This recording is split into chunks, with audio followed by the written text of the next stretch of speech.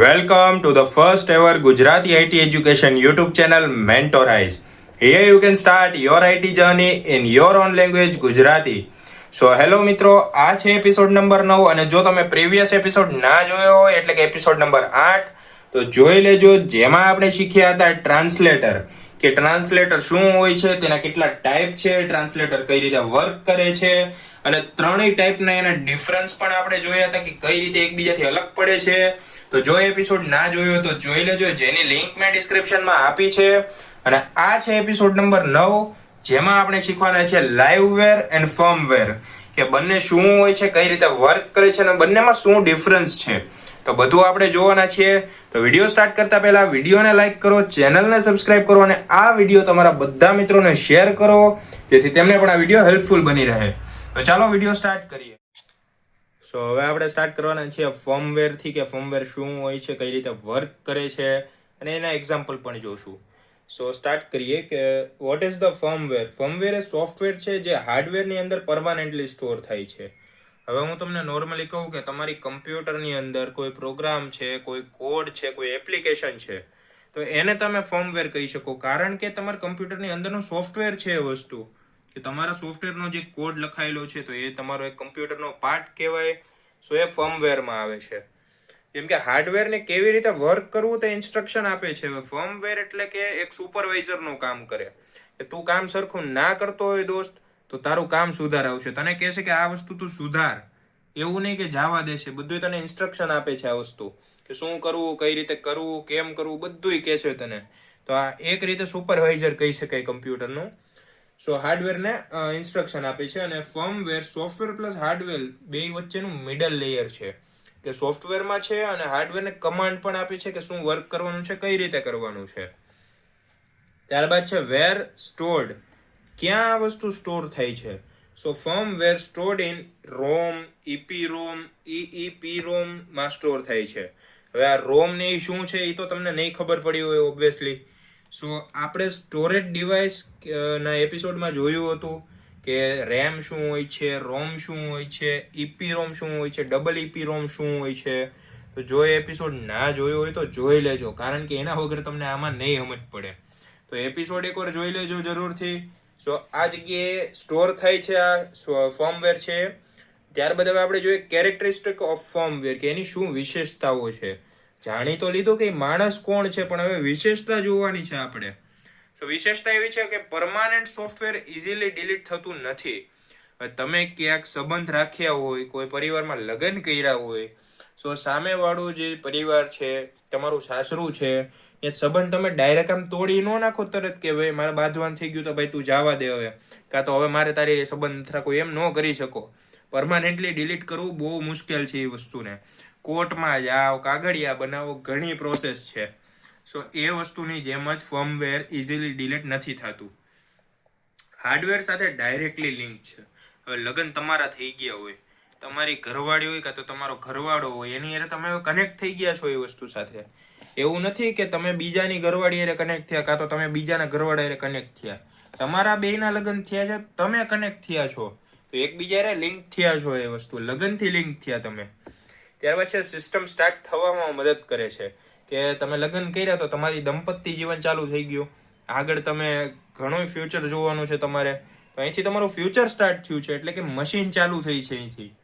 ત્યારબાદ છે user normally change કરતો નથી. હવે લગ્ન તમે કરી લીધા હોય, આ કંઈ રમકડું નથી કે તમે લગ્ન કરીને ડિવોર્સ આપી દીધું, બીજું રમકડું લઈ એવા પૈણી ગયા, એને તમે ડિવોર્સ આપ્યું, બીજી હારે પૈણી ગયા, એમ ન હાલે. આ એક વસ્તુ તમે એકવાર લગ્ન કરી લીધા તો એની હારે આખું જીવન કાઢવું પડે. અને અમુક ટાઈમ એવું આવ્યો હોય કે ભાઈ ડિવોર્સ લેવું પડે, તો એ વાત અલગ છે, પણ આખું જીવન તો તમે ન્યા જ કાઢવાના. તો એની જેમ જ ફર્મવેર છે એ તમારે લોંગ ટાઈમ સુધી ચાલે છે. આ વસ્તુ શોર્ટ ટર્મ માટે નથી. સો એડવાન્ટેજ શું છે આનું? Fast access. તમારા ઘરવાળી હોય, તમે કીધું મને કપડાં લાવીને કબાટમાંથી તરત લઈ આવીને આપશે, તો એની જેમ જ હાર્ડવેર કે સોફ્ટવેર કોઈ પણ ઇન્સ્ટ્રક્શન આપો હોય, ફર્મવેરમાં ઇન્સ્ટ્રક્શન આપો, બધું કામ તમને અત્યારે ને અત્યારે કરાવી દેશે. ત્યારબાદ છે સિક્યોર, કે આ વસ્તુ જ્યારે બનાવવામાં આવી હોય એને ખબર છે સોફ્ટવેર ને હાર્ડવેર માટે બનાવી છે, તો એ લેવલનો એ કોડ કરશે, સિક્યોરિટી પ્રોગ્રામ, એક્સેપ્શન હેન્ડલિંગ બધું એડ કરશે આમાં. તો એ પ્રમાણે સિક્યોર તો હશે જ ને, તો સિક્યોરિટી પણ રાખવી પડે. હવે જેમ કે તમારી ઘરવાળી હોય, તમને ખબર છે કે આ ડિવોર્સ દઈને જેદી ગઈ ને મારી બટ્ટી તેદી કંઈક ને કંઈક લઈ જાય વ્હીલમાં. એટલે કે સમજો કે તમારે અત્યારે છૂટાછેડા થયા, 15 લાખ રૂપિયા કીધા ઓલી કોર્ટમાં કે મારે 15 લાખ જોઈએ ને તમારી તાકાત 2 લાખની નથી. તો તમને ખબર છે કે લગ્ન કરવા હોય તો થોડીક સિક્યોરિટીમાં રાખવી પડશે.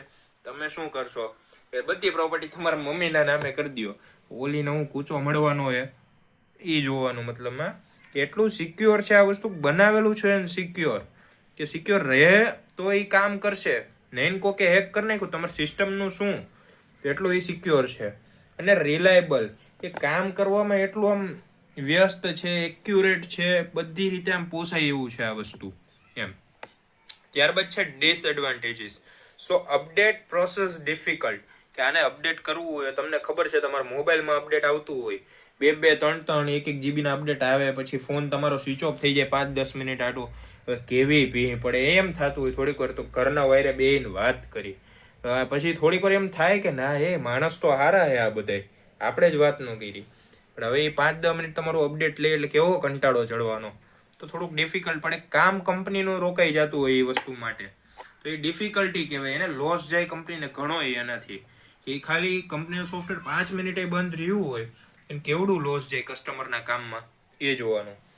ત્યારબાદ છે હાર્ડવેર ડિપેન્ડન્ટ, કે બધા હાર્ડવેર હોય, નવા જમાના નવા હાર્ડવેર નીકળતા હોય, કંઈક અપગ્રેડેશન થયું હોય, તો એમાં એને અપડેટ કરીને લાવવું પડે આ વસ્તુને.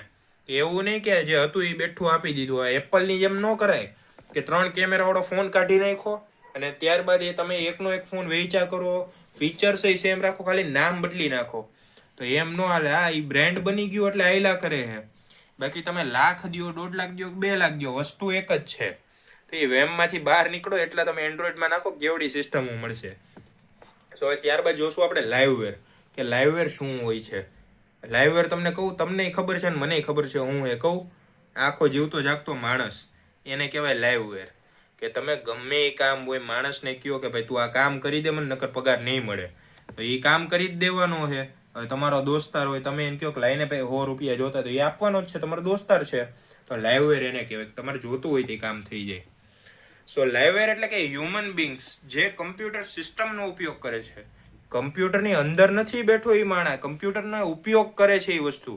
કે જેમ હું અત્યારે કમ્પ્યુટરનો ઉપયોગ કરતો હોય તો હું લાઈવવેર કહેવાઉં. તો એમ લાઈવવેર એટલે કે માણસ જે કમ્પ્યુટરનો યુઝ કરે છે. સો એના ટાઈપ્સ કેવા હોય, કે એન્ડ યુઝર્સ, કે છેલ્લે વાપરવાવાળા હોય, કે બધું પતાવતા હોય કામ એનું. ત્યારબાદ છે પ્રોગ્રામર્સ, કે પ્રોગ્રામિંગ કરતા હોય, ડેવલપમેન્ટ કરતા હોય કોઈ કંપની માટે. ત્યારબાદ છે સિસ્ટમ એનાલિસ્ટ, કે આખું સિસ્ટમ ચેક કરતા હોય કે ક્યાંય બગ નથી, કે ક્યાંય એરર આવે એમ છે, એરર હોય તો એ સોલ્વ કરો. ત્યારબાદ છે એડમિનિસ્ટ્રેટર, કે કંપનીના માલિક હોય એ પોતે પણ યુઝ કરતા હોય. એવું જરૂરી નથી કે ડેટા એન્ટ્રીવાળા બેહાડી દીધા એટલે પૂરું, ભાઈ પગાર આપો ને હાલતા કરી દો. એ હવે બધે કામચોરી કરતા હોય કે ભાઈ મારે અત્યારે કામ નથી કરવું, શેઠને હું ટાંગો ખબર હે, તો એ બેહી ગયો. પછી બીજા કાઉન્સેલર હોય તો એ બેહી જાય ખૂણામાં, ભાઈ મારી પાસે ક્યાં કઈ કામ હે, ઘુમેડો ફોન, મજા કરો. અને બીજી બાજુ એક તમે ગણીને હાલો કે કેશિયર વાળા એ શું કરશે, હાલ ને ભાઈ હવે દવાની અત્યારે ઉપાડી લો, કાલ મૂકી દઈશ. પછી આમ ખોલવા જાય, એને એક જ નથી ખબર ઉપર કેમેરા હોય કે સેટ જોવે એક નથી જોતા. કેમેરા એ ખબર, પણ જોવે એક નથી જોતા કોને ખબર. તો સેટ તો શું કરશે, કમ્પ્યુટર ચાલુ કર્યું, કેમેરા જોયા, ભાઈ આ જો ઓલો કેશિયરમાં પૈસા કાઢે, આ ફોન જોવે છે, અને કાઉન્સેલર એ ફોન જોવે છે, મારો 100 રૂપિયાના ફાઇન. આ લાલા કંપની વાળા બધે. એટલે એ લોકો કમ્પ્યુટરનો યુઝ કરતા જ હોય, એડમિનિસ્ટ્રેટર હોય, એવું જરૂરી નથી કે એ યુઝ ના કરે. સો ત્યારબાદ છે રોલ એન્ડ લાઈવવેર, એટલે કે રોલ ઓફ લાઈવવેર, કે શું એમાં રોલ્સ હોય છે. સો ડેટા એન્ટ્રીના રોલ્સ હોય, પ્રોગ્રામર્સના રોલ હોય, સિસ્ટમ ઓપરેટરના રોલ હોય, કે જે સવારમાં આવીને કંપની ચાલુ કરતો હોય, સિસ્ટમ ચાલુ કરતો હોય, એમાં કામ કરતો હોય એ. ત્યારબાદ છે ડિસિઝન મેકિંગ કરવી, કે ભાઈ કાંઈ પણ કામ હોય આપણે કેવા ફટદારાના ચેટ જીપીટીમાં નાખી દઈએ, તો એ પણ તમે યુઝ જ કરો છો ને એ વસ્તુનો, તો એમણે તો નથી નાખતા.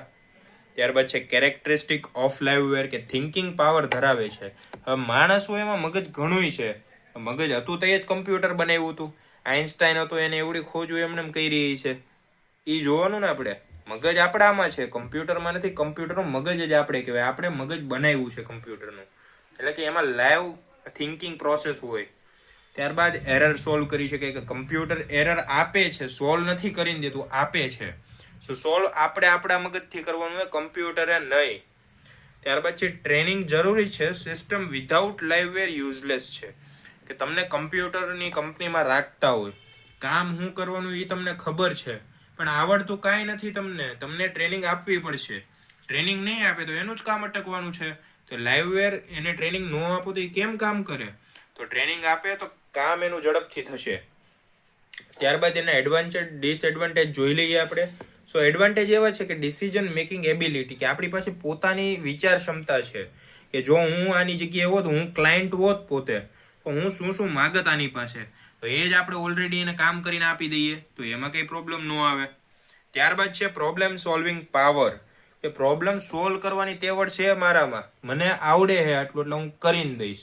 કમ્પ્યુટરની જેમ નહીં કે કોડ જોયો, એરર આવીને બતાવી દીધું, એ નવરી બજારે યાર, એને કંઈ કરવું નથી એટલે એરર આપણે આપી દઈએ અને આપણે અહીંયા ચંદ સેલેરી હાટું આ કામ કરવા બેહવાનું.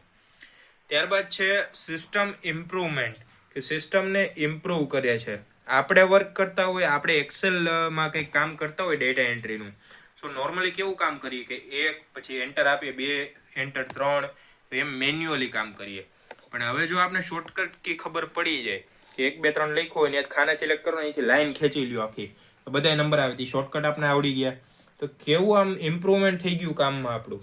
ઇમ્પ્રુવમેન્ટ કરી શકે, અથવા તો સિસ્ટમ બનાવી શકે, પ્રોગ્રામમાં કંઈક ઇમ્પ્રુવમેન્ટ કરી શકે. ત્યારબાદ છે disadvantage of liveware, human error possible, કે આપણે કોડ લખી તો જરૂરી નથી કે આપણે આ કોડના બાપ છે કે બધું આવડતું જ હોય. પ્રોબ્લેમ આવે, આપણામાં આવે, એમાં એરર આવે પ્રોગ્રામમાં, કે ગમે એ પ્રોબ્લેમ અડધી રાતે આવી શકે. જરૂરી નથી કે તમે ફૂલ સ્ટેક ડેવલપર બની ગયા હોય, કાં તો સોફ્ટવેર ડેવલપર બની ગયા હોય તો તમને બધુંય આવડતું હોય. ક્યાંક તો એરર નીકળે જ, અને કયા નીકળે એ ન કહી શકાય. એરર એને ન ખબર હોય. જેમ તમે જો લગભગ નામ ન સાંભળ્યું હોય તો 0 day વલ્નરેબિલિટીઝ, એટલે કે એરર જ્યાં સુધી તમારે કંઈક પ્રોબ્લેમ ન કરે તમારા સિસ્ટમમાં, ત્યાં સુધી નો બનાવવા વાળાને ખબર હોય, નો વાપરવા વાળાને ખબર હોય. એને કહેવાય 0 day વલ્નરેબિલિટીઝ. એટલે કે જ્યારે એમાં પ્રોબ્લેમ થાય ત્યાં ખબર પડે કે આ પ્રોબ્લેમ હતી સિસ્ટમમાં. એ પહેલાં કોઈને ન ખબર હોય આ વસ્તુની. તો જો ન ખબર હોય તો એ જરીક જોઈ લેજો યુટ્યુબમાં. અને ત્યારબાદ છે ટ્રેનિંગ કોસ્ટ. તો એ તમારે એમ્પ્લોય રાખવો હોય, એને ટ્રેનિંગ આપવી હોય તો એના માટે કોઈક તો રાખવો પડશે ને, તો એને તમે પગાર નહીં આપો, એવું કંઈ મફતમાં તમારી કંપનીમાં ટ્રેનિંગ આપી જાય તો એનો કોસ્ટિંગ લાગવાનો છે. ત્યારબાદ ફટીગ એન્ડ મિસ્ટેક, કે તમારા શેઠે કામ આપી દીધું કે મારે હાંજ સુધીમાં આ પ્રોગ્રામ થઈ જ જવો જોઈએ, તો તમે શું કે એમ કહેવો ને કે નહીં શેઠ આજ નહીં થાય, કાલે જ કરવું પડશે, ઓલો ડો તારી સેલેરી કાપી લે એટલે કરવું જ પડશે તારે. સો હવે એ કામ કરવું પડે, કેવું આમ મેન્ટલ ફટીગ થાય કે મગજ ફાટવા માંડે કે ભાઈ હવે મારે શું કરવું, કેમ કરવું.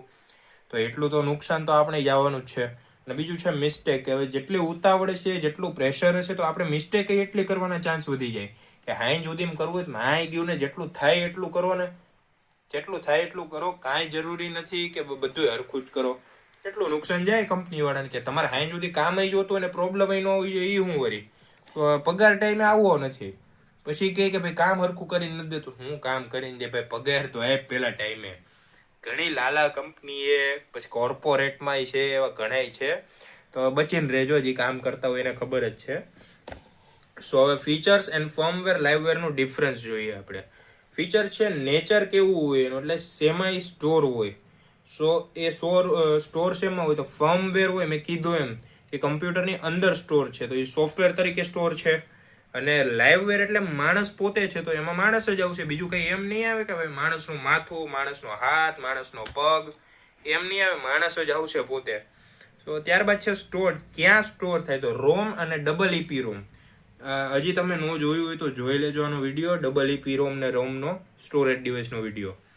સો ત્યારબાદ છે લાઇવવેર, ક્યાં સ્ટોર થાય, કે આ જે તમે બધું પ્રોગ્રામ કેવું સ્ટોર કરવાનો, ક્યાં સ્ટોર થાય એ બધી વસ્તુ. સ્ટોર જ નહીં થાય. માણસ છે એને આવડે છે ત્યાં સુધી કામ કરશે, કે ઘરે બાંધીને નહીં લઈ જાય પોટલો કે ભાઈ અમારે કામ છે તો આ હું બાંધીને ખંભે રાખીને લઈ ગયો અહીંથી, એમ નહીં લઈ જાય, સ્ટોર નહીં કરી, રહેવા દે. કમ્પ્યુટરમાં કામ કરવા આવશે તે કામ કરશે ને વયો જશે, કમ્પ્યુટર હારે લઈને નહીં જાય. ત્યારબાદ છે ફંક્શન, કે કઈ રીતે ફંક્શન કામ કરે છે, અથવા એ કઈ રીતે ફંક્શનને કામ કરાવે છે.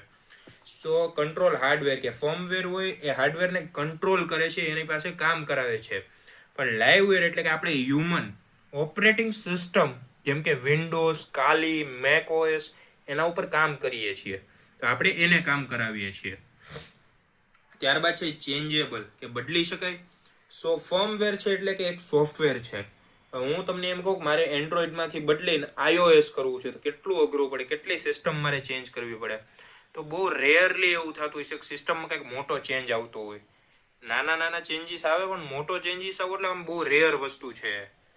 ત્યારબાદ છે લાઇવવેરમાં, તો બહુ ઇઝી છે કે તમારા 3 દોસ્તાર છે, એક તમને ગમે છે, એક કારણ કે તમારી પ્રશંસા કરે છે, મીઠડો થાય છે, બીજો મોઢે બોલી દે છે પણ તમારી ભલાઈ હાટું, અને ત્રીજો એવો છે કે આપણી સામે હારો બનશે, વાહે જઈને કંઈક બીજું કહે. એ માણસ તમને નથી ગમતો, તમને ખબર પડી, એને તમે કાઢી નાખો તમારી લાઈફમાંથી, કાં તો તમે ફ્રેન્ડશીપ જ નથી રાખી એની સાથે, તો એને કાઢી નાખો. તો ઇઝીલી આપણે હ્યુમનને રિમૂવ કરી શકીએ. કંપની હોય, કંપનીમાં કામ સરખું ન કરતો હ્યુમન, તો એને શું કરવાના છીએ આપણે કે ભાઈ તું કામ નથી કરતો, પગાર એનો લેશ, એને તો કાઢી જ નાખો ને, એટલા જ પગારમાં એ બીજાને લઈ આવશે, કાં તો થોડોક વધારીને દે પણ લાવશે જ ખરા ને બીજા હ્યુમનને, તો એને ચેન્જ કરી નાખ્યું એમ કહી શકાય. ત્યારબાદ છે એક્ઝામ્પલ. સો એનું એક્ઝામ્પલ એવું છે કે ફર્મવેર એટલે કે એક સોફ્ટવેર છે જેનું નામ છે BIOS.